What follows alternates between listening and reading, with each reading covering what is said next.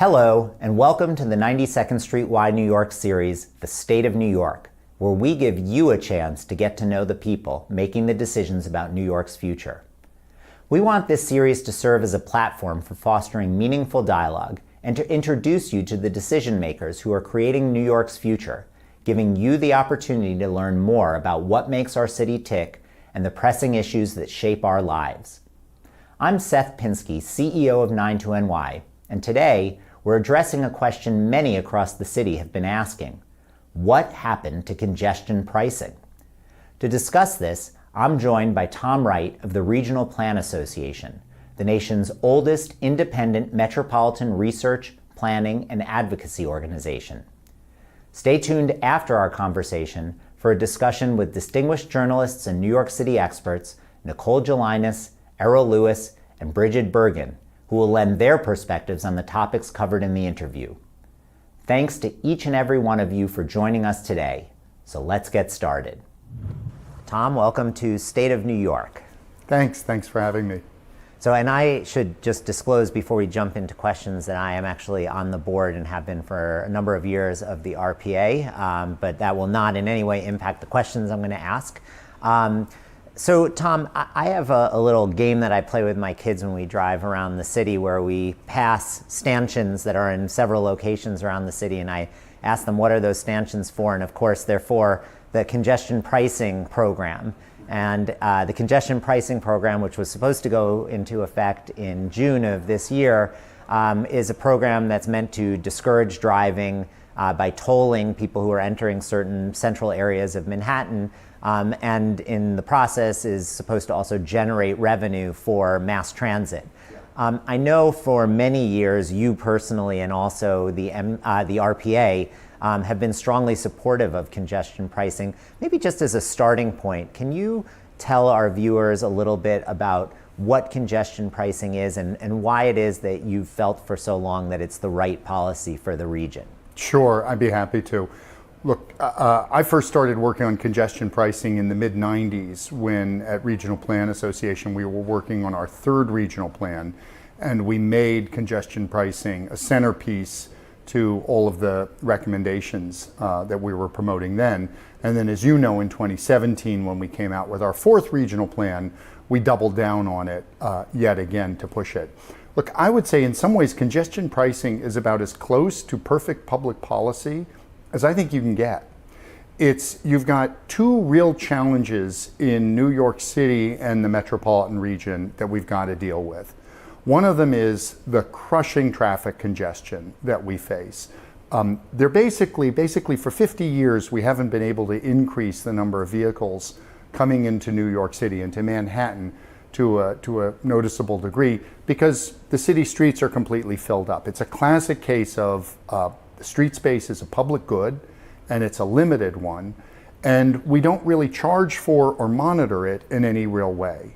And so it's a crisis of the commons. People overutilize that public good and everybody suffers from the traffic congestion that comes as a result. The second challenge we have is that the mass transit system of New York is the absolute lifeblood of our economy. The only way New York City exists is with a fully functioning subway and commuter railroad system and bus system. And it needs more money. It needs a lot of money, especially on the capital side for the maintenance and keeping it in a state of good repair. And congestion pricing combines those two goals in a kind of beautiful harmony where by charging people to drive in, you will incentivize a few of them to change their travel behavior, creating less traffic congestion and freeing up road space for everybody else, and you'll generate really a lot of money. You know, we expect over $1 billion a year, which you can then invest in the transit system. I think congestion pricing is a policy that everybody benefits from. The people driving, they have to pay, yes, but they get something for it, which is congestion relief. And then everybody else taking mass transit benefits from it too. Now, we in New York like to believe that everything that is worth doing gets done here first, but in fact, congestion pricing has actually been implemented in other cities around the world. Can you talk a little bit about how the practice of congestion pricing has worked versus, let's say, the theory of congestion pricing, and whether you think the places where it's been implemented are similar to New York. Yeah. Look, I think the key thing to know is that it has worked everywhere it's been done. In fact, a former MTA official named Bob Kiley was the board member at the time who helped us with the third regional plan, and then Bob was hired by the new mayor of London, Ken Livingstone, and implemented the first congestion pricing scheme there for London. That happened in the early 2000s. So London now has about 20 years of experience with congestion pricing. Stockholm has had a system in place too. There, very interestingly, they had a public referendum. They kind of put it in as a test case. They then took it out, and then they did a vote on it. And a majority of the residents of Stockholm wanted it to come back, and so they brought it back. Singapore, where I actually was at a conference in June this summer, just weeks before congestion pricing was supposed to go into effect, also is a city that has had it in place for a number of years and sees a lot of success with it. In each city, it's done slightly differently. The toll is set differently. The ways that they monitor it are differently, and some of the outcomes they're trying to achieve are slightly different. But I think the key thing is that in every city it's been implemented in, it is a success. It does reduce traffic congestion, and it does raise a lot of revenue. And one of the key things I want to point out with traffic congestion, it's basically fluid dynamics, which is that every additional vehicle in the closed system creates more congestion than the prior vehicle did. And so the kind of beautiful thing about congestion pricing is you don't need to see a large reduction in the number of vehicles to see very substantial benefits in terms of congestion relief. If you can just take down a little bit at the margins in the number of vehicles, we've seen in all these other cities that you can actually get everybody driving much more quickly.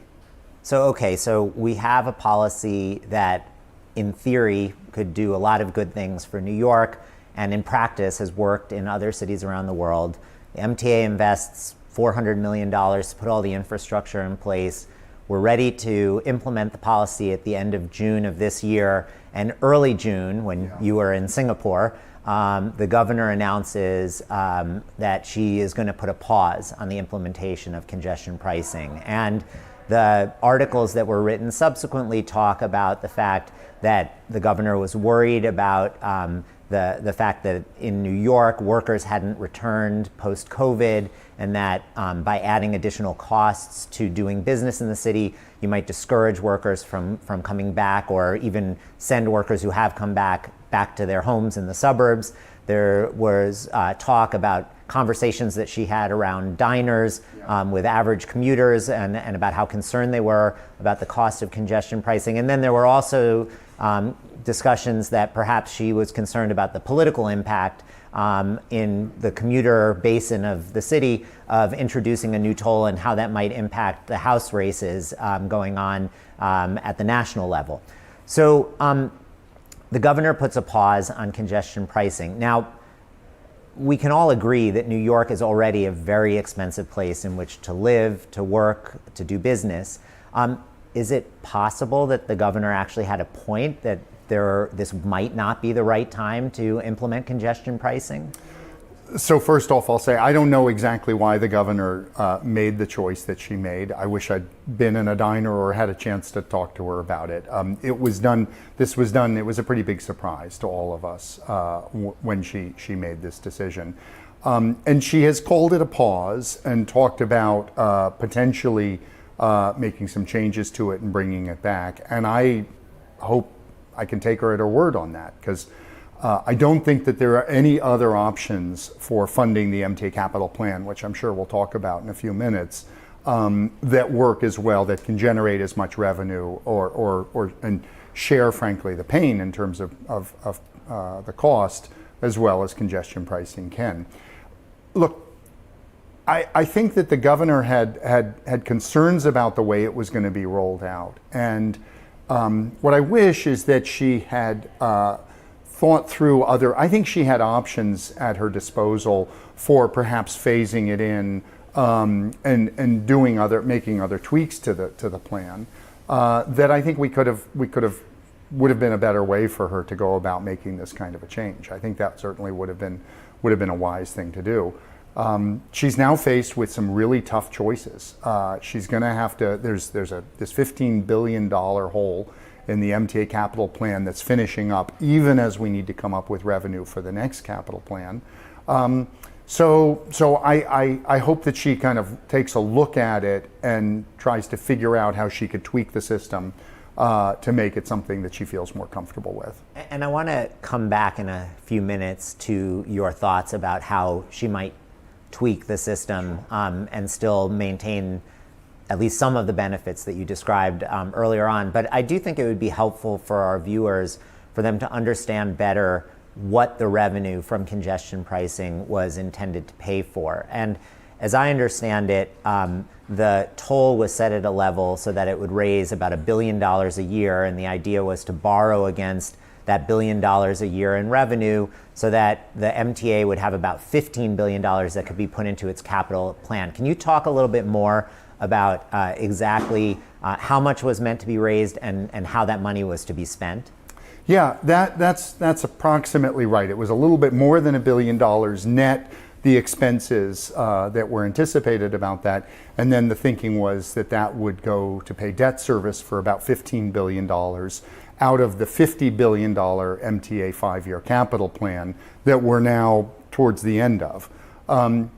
That money, of the $50 billion, almost all of it was going for state of good repair. It was really for the big piece of it was to make sure that the subway system was able to be maintained, that we had new subway cars, that we were maintaining our stations, that we were upgrading the signals in particular. Most of the subway lines in New York City are working on pre-World War II signal systems that don't allow for the trains to run as fast and as closely together. And so the best way to get more capacity out of the subway system would be to upgrade those signals and allow those trains to run more closely together. About 10% of the money was going to be dedicated to the Long Island Railroad and upgrades and maintenance there. The Long Island Railroad, of course, has seen a huge increase in capacity thanks to the opening just a few years ago of East Side Access and the third track on the main line. And so the Long Island Railroad has got about 40% more capacity on it today than it did just 5 years ago. And also about an equal amount was going to go to Metro North and improving service there, where the MTA is building a wonderful system called Penn Access, which is going to give folks on the New Haven line an option as to, right now they all commute into Grand Central, but they would have trains running directly to Penn Station, and that would give them better service, and for folks, say, who are working on the west side, a one-seat ride over there. So again, most of the money is really just for maintenance of the system to make sure we don't go backwards. I can remember what the subways were like in the 1970s, and people who complain about the subway today, I don't think they understand just how bad it could get. And then some of it was for capacity expansion too. Now, the $1 billion or so number that was targeted to be raised each year resulted in a charge per car of somewhere around $15. And my understanding is that that would be charged once a day for any car that crossed certain borders of Midtown and Lower Manhattan.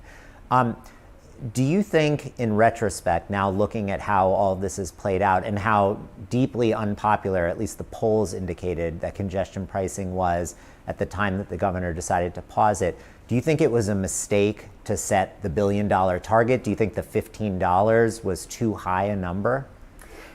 So I think a couple things here. First, I'll say that when the legislature approved congestion pricing in 2019, they put all these kinds of limitations or requirements on it. And at the time, advocates, I was going up to Albany and talking with legislators about it and pushing for it. And we were kind of trying to limit those requirements because we wanted the MTA and the state to have as much flexibility in applying the policy as possible. I think that, putting a dollar amount on it was unfortunate. In retrospect, it would have been better to let it come in probably at a lower amount. It also actually kind of sets a target for traffic congestion relief, and that's hard to model. I mean, the MTA has done an enormous amount of modeling to figure out what it thinks will happen, but the truth is, until the policy goes into effect, nobody really knows. And so I wish that there had been, we hadn't made those kinds of mistakes. I'll also say that one of the things that I don't think we quite anticipated how difficult it would be 5 years ago was that we were looking at places like London and Stockholm and Singapore that had no tolling systems in place prior to congestion pricing. So it was a blank slate and they were kind of putting a new system in place. But in New York, people crossing the Hudson River are already paying a toll to the Port Authority. People who are driving into Manhattan on one of the Triborough Bridge and Tunnel Authority facilities, the famous Robert Moses bridges, the Triborough Bridge itself, or the Queens Midtown Tunnel or the Brooklyn Battery Tunnel, they're paying a toll too. And so one of the challenges we had to figure out was, are you kind of raising the toll equally for everybody, or are you trying to equalize what people pay when they come in? So these were complicated policy decisions that had to be made that, you know, frankly, the legislation made it more complicated and didn't give everybody the opportunity to do that. I think, you know, you asked me earlier about the governor's decision to pause it.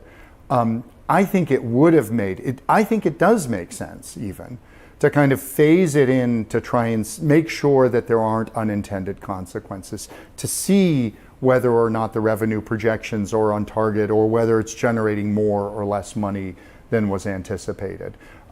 As you said, it was basically a $15 base toll paid once a day by vehicles. There would be up to a $5 credit for drivers who are already paying one of those Port Authority or TBTA tolls. There would be a very substantial discount in the off-peak, which started fairly late in the evening and ended fairly early in the morning. But if you were coming in the middle of the night, basically, you'd only be paying 25% of that toll, so it would only be, you know, less than $3. And then it would be a larger toll for trucks. So that was the kind of system, and I think it was an elegant system that the MTA came up with. But the truth is, it probably won't play out exactly as proponents expect. And so there would be a benefit to kind of starting something as a pilot project, seeing how it works and making tweaks. Two other lessons from other cities I'll just put out there. First of all, in Stockholm, as I mentioned, they had a referendum to decide whether to keep it in place. And so they were doing public polling, you know, on a regular basis all through the process. And what they saw was that the policy, people were like, yeah, you know, don't love it, not so bad. And then the closer it got to actually being implemented, the less popular it becomes, until basically the day before they put the toll in, it's the furthest underwater that it's ever going to be. Then the toll gets implemented and people say, oh, it's not so bad. And the congestion relief, actually for the money I pay, I'm getting a much better service, so I like it, and becomes more popular. Sadly, the governor froze the whole system at the low point there. And so it's impossible to really know what public perception of this policy is going to be when you're taking a snapshot at that point in time. The other thing I'd say is that in London, they've had it in place for about 20 years, and they've made fairly significant tweaks to it on average about every 2 years. They've changed the geography, they've given more credits, they've increased the rates, they've done all kinds of things with it. And I think that's something that we should anticipate in New York too, is that when we finally do get in place, it won't be perfect the first time, or our needs may change. And so we should expect this to be, it's just another policy that we can work with over time to try and both reduce traffic congestion, improving air quality, and really helping communities that are suffering under that kind of traffic, and making sure that we have an outstanding mass transit system in the future. So we've been kind of talking around the tweaks, and maybe we can address them head on. So let's play a hypothetical. So Kamala Harris wins the presidential election and Kathy Hochul gets appointed Secretary of State. She leaves New York, and Tom Wright is put in place in Albany as the new governor. And so it's your responsibility to figure out how to implement congestion pricing. And the goal is both to create a policy that optimizes the policy goals, but also to create something that's perhaps more politically viable. Sure. what would the new version of congestion pricing look like? It would still go to the $15 toll and the system. At least we would plan to get there, but we would pick a route to start at zero and get to that would say, let's first phase in the tolls, I don't know, $9 for a trip, to see how that impacted driving behavior and to see what kind of revenues it would generate. We would be monitoring traffic in all the communities around the city and region, so we would make sure that there wasn't some unintended consequence, that people were rerouting. There's a certain number of people who are driving from New Jersey to Connecticut today who actually choose to go through Midtown Manhattan and then up. Some of them would probably want to bypass this toll, and so they'll start going up the west side of the Hudson River, either the George Washington or the Tappan Zee. We don't know how many, so we'd have to take a look at those things. So I would kind of phase it in, but I would be trying to get as close to that. I would want to hit that revenue target. And frankly, if the toll is too much lower, then we're not going to see the kind of congestion relief that we also want to get. And the goal is to get both of these benefits, to raise this money, but also to reduce the traffic congestion.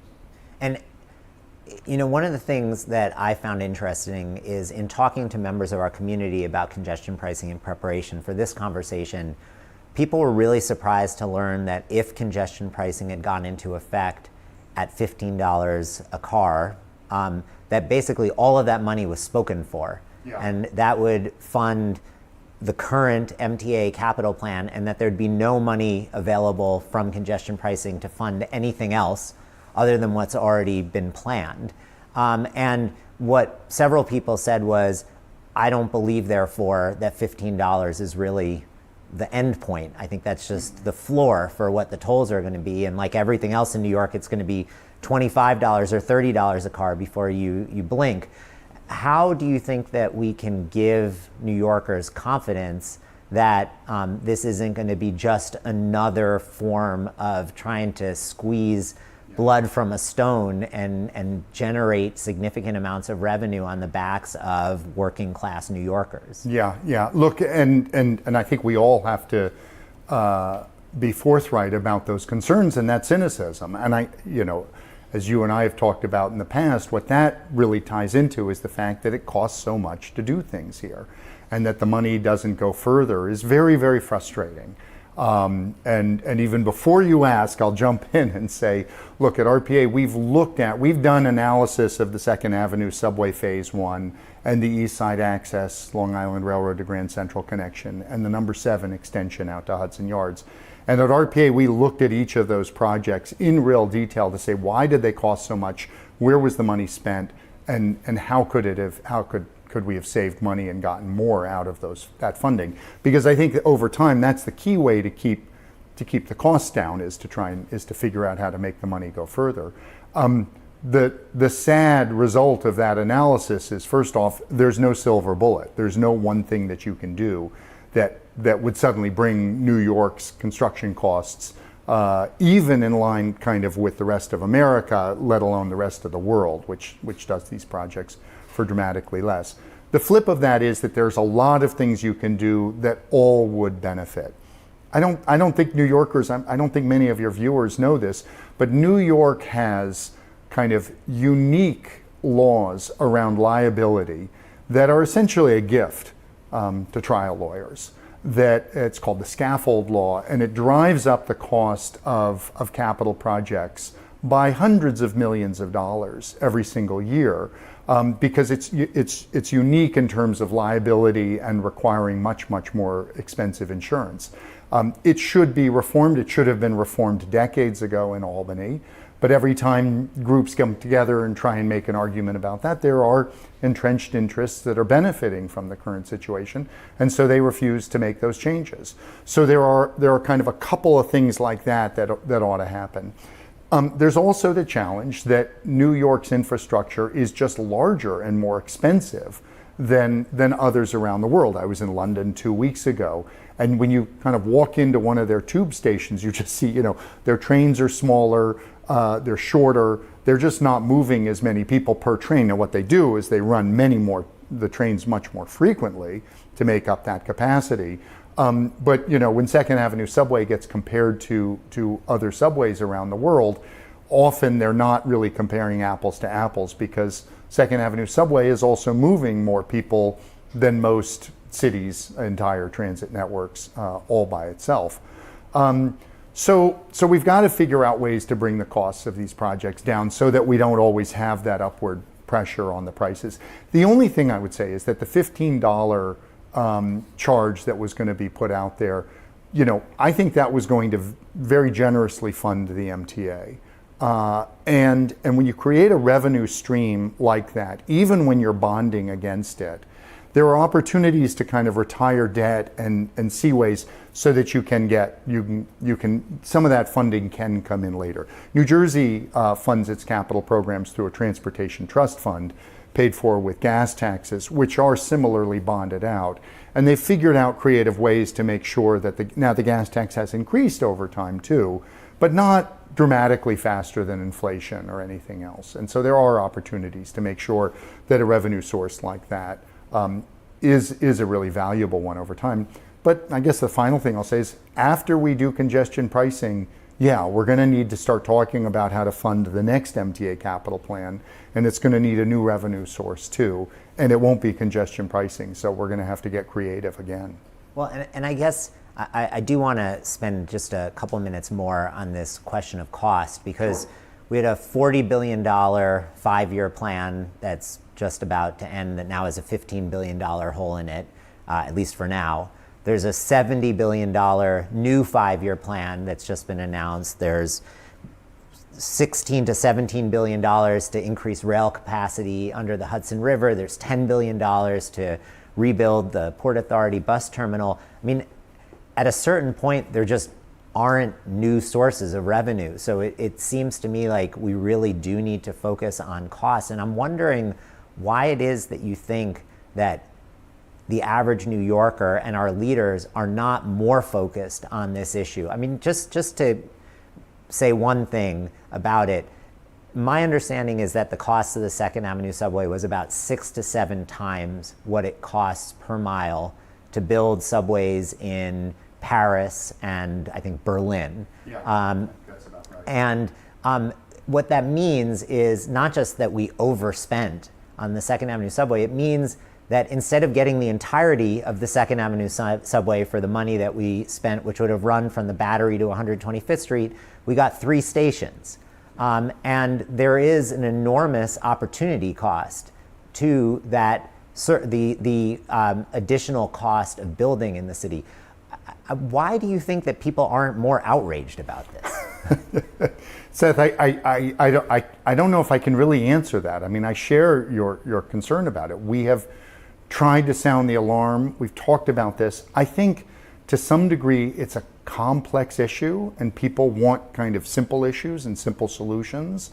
And again, there's anybody who promises fix this one thing and the whole problem will go away is selling you snake oil. That's just not true. Nobody in any position should be saying that. So we found ourselves kind of butting, and I guess there are certain communities that benefit from the way things are currently being done. And so they're going to be, it's that kind of classic thing, it's a diffuse large population that is suffering from what's happening right now, and a small concentrated one that's benefiting from the status quo, and that is leading to a real lack of action on these issues. And it's very, very frustrating. Now look, I'll say, you listed all those projects and you say we'll run out of money. One of the things I would point out is that a lot of those projects, they might not be fully self-funding, but they also unlock economic benefits that can, through kind of feedback loops, help pay for themselves, to help figure out how to pay for it. I mean, the Gateway project you talked about, a new tunnel under the Hudson River. It's going to be about, let's call it $15 billion or so for the tunnel and fixing the old one. And then it may be that much also to kind of renovate and expand Penn Station. So we're talking about $30 billion in capital funding. Now the good news is more than half of that will be federal funding. So New York and New Jersey just need to come up with about 20-25% of that money. And then the economic potential that tunnel, doubling the capacity under the Hudson River, allows New York businesses to get that many more talented and diverse employees to come and work for them. And in New Jersey, that means, it basically doubles the number of people in New Jersey who live within 50 minutes of Midtown Manhattan. And what does that mean? It means that those folks, the value of their homes goes up and the household income goes up. And in New York, those people are coming in paying income taxes to New York State. The average Jersey commuter pays something like $8,000-9,000 a year in income taxes to New York State for almost no public services whatsoever. So New York sees the benefit of those tax revenues that it's getting. And of course, real estate values around Penn Station would increase too because of all of the investment being made in the area. So what we have to do from the policy side, what I also want to see us do is figure out how to grab a little bit of that growth that we'll create from those investments and use it to help fund it. The bus terminal similarly, $10 billion to build a bigger, better bus terminal, but think about how much it'll improve the entire neighborhood around it. And as you know, one of the projects at RPA that we've championed, that the governor has been a big supporter of too, is called the Interborough Express, which is taking a very lightly used freight rail line that runs through Brooklyn and Queens and converting it to dual use so that it's also providing passenger service. And that would have economic development benefits all through Brooklyn and Queens, allowing people to get places much faster, much more efficiently, less driving. It'll create opportunities for new housing development and other things. And so those projects actually generate real value. The challenge for us, of course, is figuring out how to tap into it to help pay for the project in the first place. So lots of challenges, but also lots of opportunities. Lots of opportunities. And I like to try to end these conversations on a positive note. So for the last question, I want to ask you a broader question, which is, when you look around at the New York region, and I know RPA doesn't just look at the New York region a year or two from now, but you look many, many years into the future, what is it that gives you the most optimism when it comes to the future of the New York region? Well, first off, I would say that, again, as I mentioned, I was in Singapore this summer. I was in London 2 weeks ago. I travel around the world kind of looking at other world cities and metropolitan regions. And honestly, I think New York is better positioned for the future than any of them. New York has so many strengths to build on. This is still the magnet for capital, for talent. You were a member of the Bloomberg administration, so I'll quote your old boss. What was it? That the capital follows talent. And New York is still the place where, ambitious 20-year-olds coming out of college want to come and really kind of start their careers and work. We have enormous challenges. We haven't talked about it, but housing is a real concern. We are not generating enough housing to keep up with the economic growth that we have. But when I think about, where I think New York will be a generation from now, I think that we will implement things like congestion pricing. I think we will invest in and keep modernizing and upgrading our transit system. And I think that our communities are just becoming kind of more livable and beautiful all the time. We've become much better. A lot of it I do tie to the Bloomberg administration, whether it's the bike lanes and pedestrianized streets and the beautiful new parks that have gone in, the way the waterfront has been reclaimed. I think that New York keeps investing in its communities, making them more attractive, livable, quality places, and people and businesses keep wanting to come to New York. And I don't think there's another city on the globe that can really compete with New York if we can get these things right. Well, that's great. That's a great note to end on. Tom, thank you for a fascinating conversation, and good luck with all of your work on these important issues. Thanks, Seth. I'd like to welcome our panel back. Today we're talking about the conversation that I had a couple of days ago with Tom Wright on the subject of congestion pricing. And I thought it was interesting. Tom opened the conversation by making a pretty bold claim about congestion pricing. He said that it was about as close to perfect public policy as one could find. And yet, what's interesting about congestion pricing is that it was talked about for many years. And Tom talked about the fact that the RPA had been pushing congestion pricing for decades. Was pushed under the Bloomberg administration, didn't really gather much momentum. And then in 2019, the stars seemed to align, and all of a sudden, a congestion pricing policy emerges from Albany. Bridget, could we start just going back to 2019? What do you think changed that all of a sudden led the legislature to feel that that was the moment for this policy that people have been talking about for so many years? I mean, I think it's because the Democrats took control of the state Senate, and that was what was needed to get a policy like that across the finish line. And, I think we were creeping towards this implementation, which felt like really, I think, I just, as a citizen and as a reporter, kind of this exciting moment of real innovation, a real attempt at something bold, only to have the brakes slammed on it, this past June. I thought the other piece of, well, among many things that Tom said that was interesting, but I thought it was really striking when he talked about other cities around the world that have had similar policies and the way that they tracked how citizens were feeling about them leading up to implementation and then following. And he made the point that I think is probably something that we can all agree was probably what was happening here in New York. The sentiment towards the policy, just as it was about to be implemented, was at the lowest point in all the polling. And certainly given the dynamics of an election year and everything that was happening in some of these congressional races, which I'm sure we'll talk about, I think there was a lot of pressure about taking this, political hot potato out of the hands of Republicans who could use it against some of these swing district Democrats. But it's really striking that it happened as suddenly as it did. And I'm very curious to see how it moves forward, if the pause is really a pause. Well, and we'll definitely come back to that question. But maybe before we get there, I want to pick up on something that you just said. You talked about how poor the polling was with respect to congestion pricing. I think the New York Times had a poll in April that found that 64% of New York City residents were opposed to congestion pricing and 33% were in favor, and the numbers were even worse in the suburbs.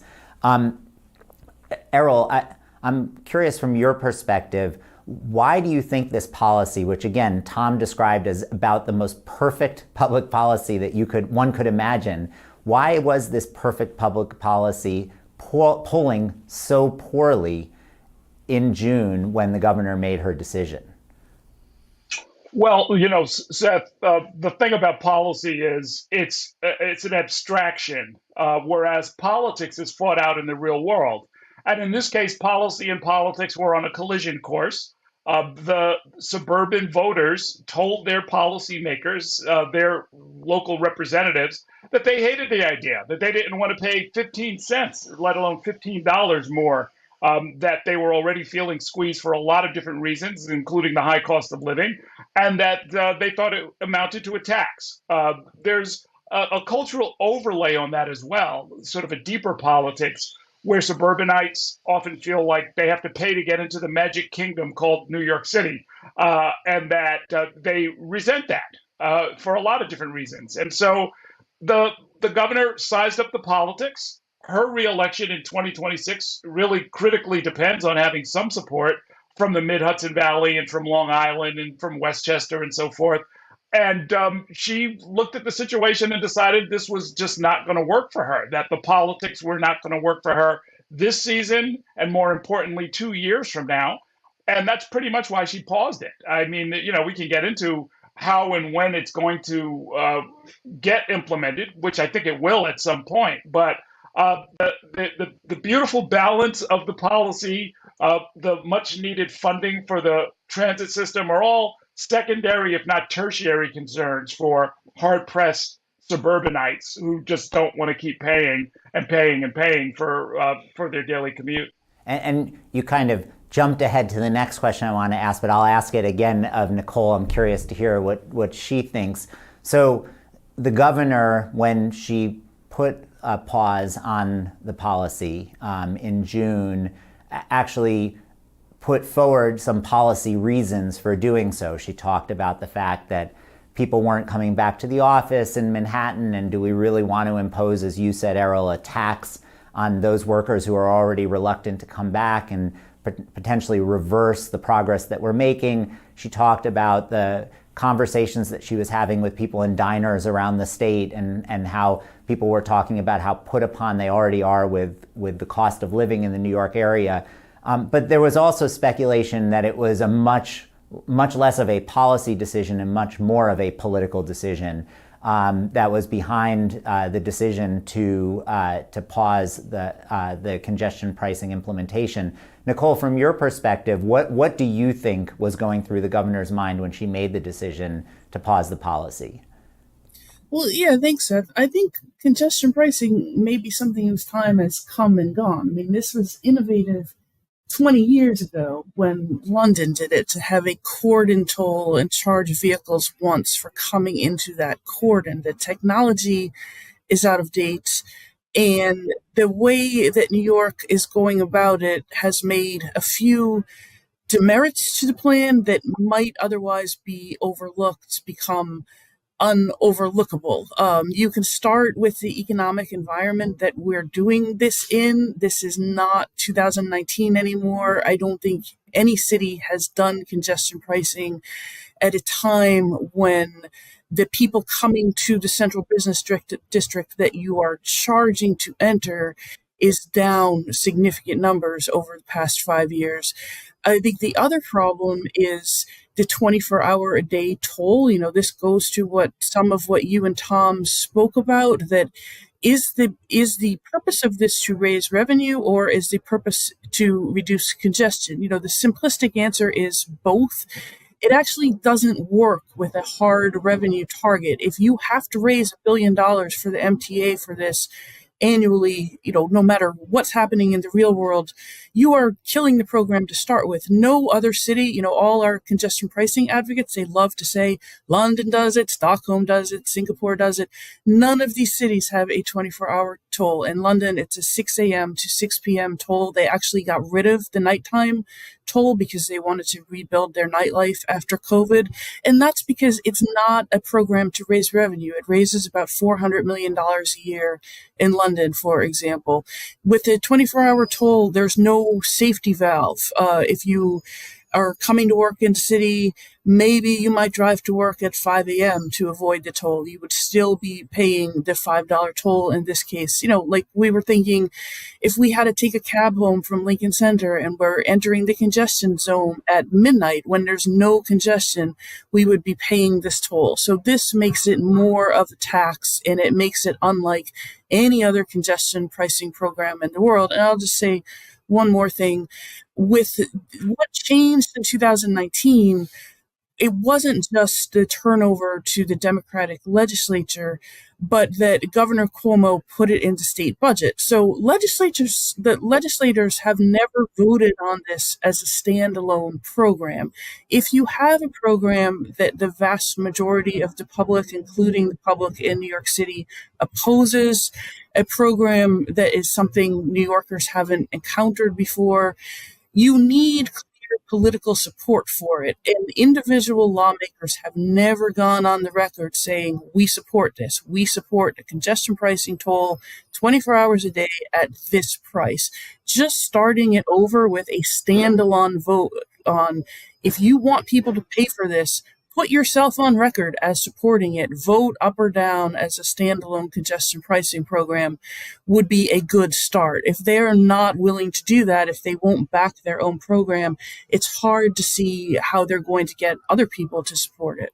So we'll get in a second to the question that we're kind of dancing around, which is what comes next. But before getting to that question, we've talked about a number of flaws or a number of elements of this policy that created political headwinds, whether it's the size of the toll, whether it's the fact that it was a 24-hour toll, whether it's the fact that there were credits being given for people who had already paid tolls but not full credits, and therefore it was a form of double tolling.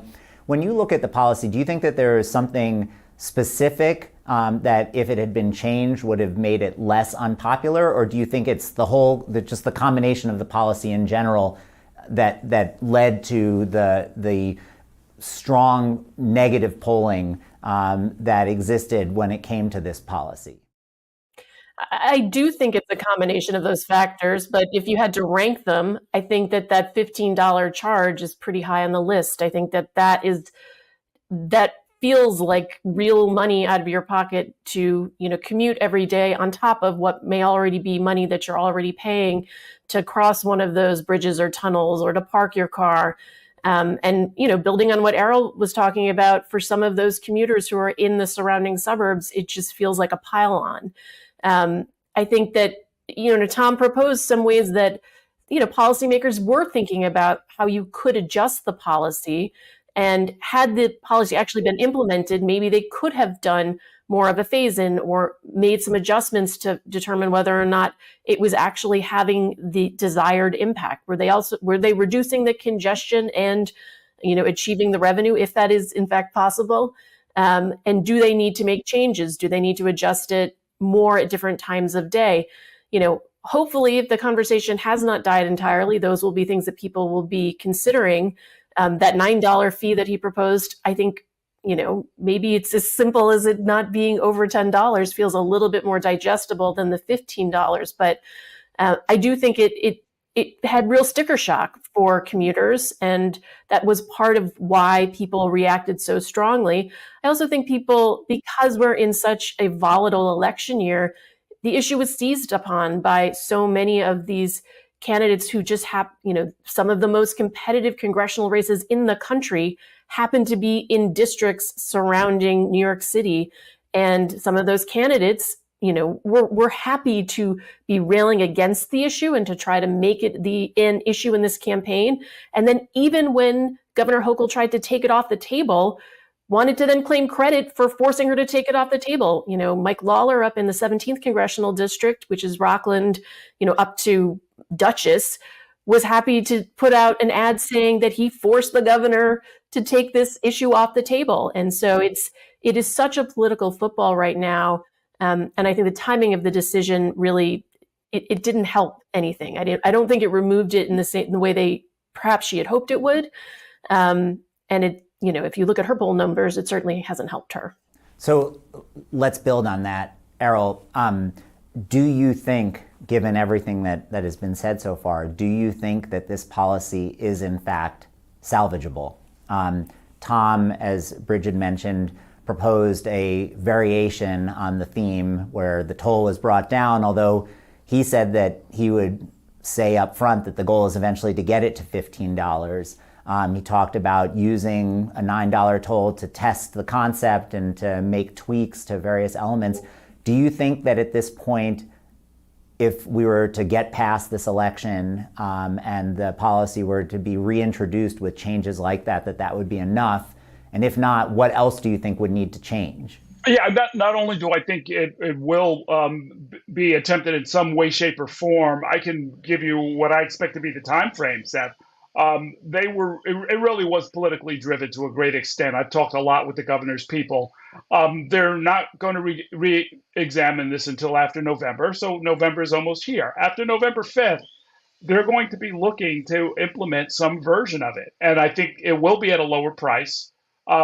It'll probably be chock full of exemptions for every manner of emergency worker, city and state employee, and so forth and so on. It'll really dilute the program. I think it's a mistake, but I think that's what they're going to do. They're going to try and strike, I think, a politically more palatable program that they're going to try and forge it in the course of the budget discussions starting in January, probably be done with it by April. I say that as a prediction only because I've spoken with the governor's people and I asked if they thought this would be an issue in the mayoral contest. New York City, of course, having its primary next June. And the answer I got back was, it'll all be over by then. So I suspect that sometime in the next year, they're going to have a slimmed down program. What we should all hope is that it's not so slimmed down that it kills the concept, because I thought in your discussion that we really should be afraid of that. That if you make enough exemptions, you won't get the decongestion benefits. If you slice the price too deeply, you won't get the MTA funding benefits. And so, that's the kind of thing we've talked about a lot, that we often get in New York, sort of a worst of both worlds outcome, because we didn't think the politics would support it, or we or our leaders didn't want to fight hard enough to make it work, and to talk about it like adults with New Yorkers, and make clear that some people are not going to be happy with the final outcome. Now, Nicole, earlier you were saying that maybe the whole policy at this point is flawed, and that it was a 2019 solution, and we're now in 2024 and the world is a different place. When you heard what Tom described, or what Errol is now predicting the outcome will be, does that sound to you like a good outcome? Is that encouraging? Or would you advocate doing something radically different? And if so, what would it be? How would we address these challenges and also address the giant hole that exists in the MTA's capital budget if we were to go in a different direction? Right. I think if we did a peak hour entrance toll, 6 a.m. to 1 p.m., those are the hours during which most of the vehicles accumulate. And then people say, oh, I see traffic at 6 p.m. Well, most of those are the vehicles that are then leaving. If you did it until the early afternoon hours, start with that. Start with a toll that's less than $10 for passenger cars. That would be a good start. Now, having an exemption for city government workers, that transforms it into a tax on the private sector. That does not make any sense as a policy at all, and it will probably highly reduce the congestion benefits, because government workers already drive to work at twice the rate of private sector workers, and they do that because they get free illegal parking on the streets of New York. If there is less congestion, that will actually encourage more government workers to drive into Manhattan. So I think that's a big mistake. The issue with why the $1 billion for the MTA was never a compelling argument for most people is that everybody knows the MTA always needs money. This isn't like it was in London, where it was a one-shot thing. The transit system runs much more efficiently, and $400 million a year is a lot of money. The MTA has a $20 billion budget. It already takes in $8.5 billion of dedicated taxes and fees like this. The governor just 2 years ago increased the payroll tax on downstate jobs by $1.1 billion for the MTA. So we just sort of had a new tax that raises more revenue than congestion pricing enacted just 2 years ago, and nobody even noticed. So yet another revenue stream for an MTA that needs $1 billion new revenue stream every 5 years. You understand why people aren't like leaping like, oh, wow, wonderful, another $1 billion for the MTA. Like, as Tom said, the MTA, even if it had congestion pricing, would actually need another revenue stream on top of that right now, not 5 years from now or 10 years from now, but that was never even a large revenue in the context of the MTA's current funding issues. And that has nothing to do with COVID. The MTA has been fully bailed out of all of its COVID fare losses, which continue because you have the issue of the $700 million in fare evasion losses every year. So a lot going on. Yes, I think the governor may do a stripped down version of this, but does it solve our problems of congestion or MTA revenue? Not really, particularly if they do that exemption for government workers. Well, and I want to pick up on something that you're kind of implicitly saying. When you're talking about the MTA's long-term revenue issues and the issues just with not just funding, but the operation of our infrastructure across the board here in New York. And I want to read a quote from Councilwoman Vicky Palladino. She wrote something on X, formerly Twitter, when the governor put a pause on the policy. And I'm just curious to get your reaction to this. It's long, so I'll just bear with me. But she said, she said that if we're completely honest, a nominal toll to enter Manhattan during peak business hours should never have been a 75-25 issue in a place like New York City. Yet congestion pricing turned out to be one of the most universally unpopular proposals in modern history. Why? Well, it's simple. Nobody trusts New York leadership anymore. And this reality cuts across the political spectrum, including nearly everyone other than deeply committed progressive activists. Does anyone believe the program will be competently managed? No. Does anyone believe the NPA will responsibly spend the money? No. Does anyone believe there will be noticeable improvements to public transit? No. Does anyone believe the tolls won't be raised until they're nearly impossible to afford? No. Does anyone believe the congestion zones won't spread throughout the city? No. Does anyone believe the poor won't bear a disproportionate burden of the tolls? No.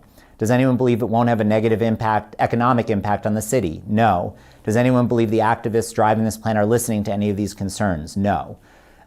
So I want to ask, Bridget, how much do you think just a broader trust deficit among New Yorkers is behind why we're having some of the problems that we're having, not just funding the MTA, but funding government more broadly here in New York? Whew. I mean, Seth, it's to ask a question like that in the context of our current news cycle is tough, right? I mean, we have a mayor who's under indictment, and this just, exodus from city government, from the highest, most important positions in city government. So yeah, I think that it's fair to say that probably there is a significant trust deficit in the ability of government to function at the city level, at the state level, and that it is probably also warranted. And yet, I think we have this responsibility to have these conversations and to try and correct, misinformation where it occurs, and then to push these policy discussions forward. Otherwise, we're stuck. Nothing happens. We're in this position of just sort of trying to, we're a city that is flailing, and we have seen historically what that can look like in New York City. Perhaps part of what we need to do is remind people what 1970s New York City looked like, early 1980s New York City, and try and make sure that we know that if we don't invest in systems like this, if we don't invest in the subway system, that it, in fact, as bad as it could be right now, could be so much worse. And so that, yes, I do think that it is fair for there to be a trust deficit. And I think that people are not wrong, but that we need to keep having these conversations and keep trying to push it forward, because we can't just throw up our hands and let policies like these and conversations like these die because of it. Well, and just to push on that a little bit, and maybe Errol, I'll ask the question of you. So yes, of course, we need to have more funding if we want to rebuild our transit system. And I think everyone would agree that we don't want to go back to the New York of the 1970s and the 1980s. But why is it so difficult to have both conversations at the same time? Why is it so difficult? Why is it so much easier, seemingly so much easier, to have the conversation about finding more money to pay for an inefficiently run MTA than to have a conversation about what it would take to make the MTA more efficiently run? Well, the efficiency that we need is pretty much hidden or disguised, that the average person doesn't necessarily know where the bottlenecks are, where the savings can be found. What we tend to see are sort of the salaries of the top executives, for example, at the same time as we see vehicle speeds much too slow and the fares simply going up. It's just a very easy punching bag. Some years ago, when I used to do talk radio, one of the surest ways to get the phones lit up is to start ranting about the MTA and say that it stands for money taking agency, or it's, ATM spelled backwards. And everybody would call in and they would complain, and it's just a very easy thing to do. And you talk about all of the inefficiency and the cost overruns and the inability to get the system stabilized, and yet the fares keep going up. So it's a very tough conversation to have. But look, you can build. There are ways to build confidence in government. One of the things that former Governor Cuomo used to specifically try and do, he always said that that's why on-time budgets were important, even if it wasn't a perfect budget, even if you had to come back and modify it a few months later, that government in big but starting with small ways has to show that it means what it says and that it will deliver what it has promised. And we have a situation where we're doing almost the opposite. They have this very elaborate system whereby they created some secondary board. I mean, the MTA is already insulated from politics in theory. Then they created some price setting board, which held a bunch of hearings, which were all sort of nominal, because we kind of all knew where the number was going to settle out. And then they were the ones that decided that it would be a $15 congestion charge, and everybody went crazy. And then Governor Hochul stepped in and made a political decision on top of that. So we do have to. I think that the leadership needs to make some hard decisions, including the very hard decision that some things that are nominally unpopular are going to have to be implemented, and that somebody may take a political hit for it, but you're going to have to hold hands and jump off the cliff together. Everybody grit their teeth and say, "This is what we're going to do," and we'll see where we come out on the other side. And what about you, Nicole? I mean, you've written a lot about the ways in which there's so much waste and inefficiency in New York City, New York State government, and many of our infrastructure agencies. Do you think that this is, in fact, something that we can tackle while we're also, of course, finding sources of funding?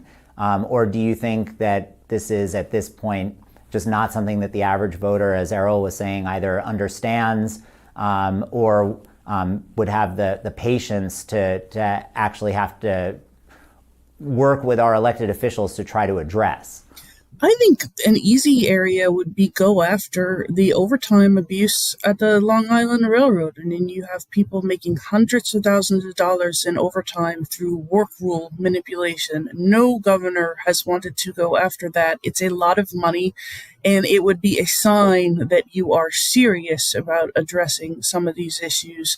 I think on the broader issue, it would help us all to be more humble when it comes to the opponents, and that there is this tendency in the advocacy community to sort of say all these people are stupid or they're bad people. I think the New Jersey argument is an example of that, where New Jersey actually brought up valid concerns about congestion pricing, that they already pay to go through those two tunnels, that the surpluses from those tunnels, which are hundreds of millions of dollars a year, actually fund the transit system into New York. There's already a peak hour toll on those two tunnels, so there's a surcharge on top of the regular tunnel toll when you're going in at rush hour. So they've already got congestion pricing through those tunnels, and none of the extra money that they would pay through paying the congestion toll would go to improving New Jersey transit. So New Jersey brought up very valid issues with this,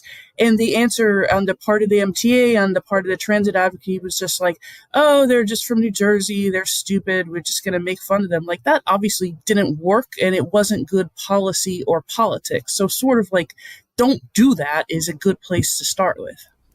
So we're running short on time. I want to try to wrap up the conversation. I'll maybe ask each of you the same question, which is, so we've talked about the policy, why in certain respects it has been unpopular, the fact that maybe there is a solution that is politically viable, even if it still won't be something that people will be celebrating in the streets about when and if it's implemented. When you look at congestion pricing, funding the current MTA capital plan, and then coming up with funding sources for the next MTA capital plan, Are you generally, like Tom was, optimistic that we're going to be able to figure out how to address our infrastructure issues? And what gives you the greatest level of confidence in that optimism? I'll start with you, Bridget. Well, I'm glad an expert like Tom is optimistic. I will admit, a bit more anxiety in that regard. I thought a part of his optimism was framed around New York City being this magnet for the best, the brightest, and that part of the way that we will solve this problem is that New York City will remain a place that people want to come to, want to be in. Those people who are strivers and achievers will leave college and come here. And unfortunately, I don't think the numbers support that as much as they used to. There are projections that look at, population decline in New York, potentially leading to the loss of 3 congressional seats in 2030. So I'm concerned. I think, there's going to be more to what Errol said, a need for some political bravery among some leaders who are going to bite the bullet and make some decisions about the future of the state, of the city, investments in infrastructure that may not be popular, but that will need to be done because once they are implemented and we start to see the benefits, that people will potentially come around. But I think, even come 2026, all of if part of the rationale for the decision of putting the pause on congestion pricing was that it was a political hot potato, it was going to hurt these congressional swing seats. Well, they're going to be likely, depending even on the outcome of this 2024 election, they're going to be very volatile in 2026, and you're going to have the governor up for election that year too. So it doesn't feel like an issue that will suddenly become less of a challenge, even if there is some version of it implemented. You can already hear the lines of attack that might emerge in that time. So I guess the thing that gives me optimism is that someone as expert as Tom, who's been doing this work, who's going around the world, seeing how other cities are doing it, that he feels optimistic. And I will trust that as he's working with policymakers, helps come up with some of the solutions that we can then report on and help, audiences like yours understand, because I personally am a little bit anxious. Same question to you, Errol. What gives me some optimism is, in my travels, I kind of walk around here and there. I was in Midtown yesterday. I walked through Chelsea a lot to get to the subway and so forth. And the cafes seem to be booming. There are a lot of people here, and a lot of them are young people, and they're socializing, and they're dating, and they're starting families. And I like the way it feels. It just feels like we're onto something. The rhythm of the city is kind of coming back. I also think that, in the grand sweep of time, if you think back even just 20 years, there have been some noticeable improvements, things like countdown clocks that have just made it into just a game changer in what it's like experientially to go down into the system. The fact that you can now make phone calls and that you've got wireless service, and now they're going to allow that even in the tunnels and so forth. I think it's becoming more usable, and that despite itself, even with all of the mistakes that they've made, the MTA's leadership or the MTA experience, I think, is something that people can relate to and that people want to try and use, despite all of the problems and the ever-rising costs. So I'm confident that despite all of the political problems, and then I guess finally, there is a growing political consensus. Not consensus is too strong of a word, but there's a growing political constituency. Some of the folks who have pushed for, pedestrianization, who have pushed for more bike lanes and so forth. There's a different kind of a conversation. And as Kathy Hochul is discovering, maybe a bit to her surprise, there's a political price to be paid for standing in the way of some of these solutions. Whether you like the congestion pricing scheme or not, you can't just sweep it away and say we're going to do nothing. And I think that is a sign of hope. So we have one vote of concern, one vote of optimism in spite of all the obstacles we put in our own way. Nicole, I'll leave the final vote to you.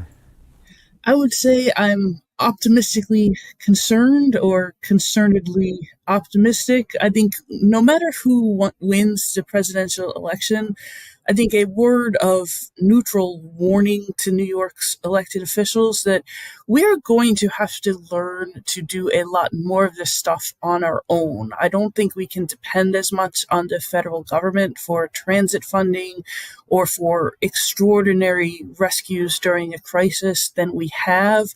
You know, if Trump wins, obviously he owes New York City nothing, and the elected officials will be back to blaming him for all of our problems. I don't think that's going to fly with the electorate this time. I think people want more locally and state-based solutions. And if Trump doesn't win, if Harris wins, she also owes nothing to New York. Her power base is to California. Nancy Pelosi power base. Chuck Schumer will not be as powerful as he has been. And of course, the House votes are going to be very close. So no matter what is the outcome here, we're going to have to do more on our own and take some more control of our own destiny rather than looking to Washington to provide billions of dollars for the next phase of the Second Avenue subway, to come along with hundreds of billions of dollars in rescue funds when there's a recession. So just learning to be sturdier as a state and city would be a good start over the next couple of months. So clearly a very complicated topic. Something tells me this won't be the last time we talk about this, but I really appreciate a great conversation. Thank you so much. Thank you. Thank you, Seth. Thanks for joining us. From the 92nd Street Y, New York, I'm Seth Pinsky.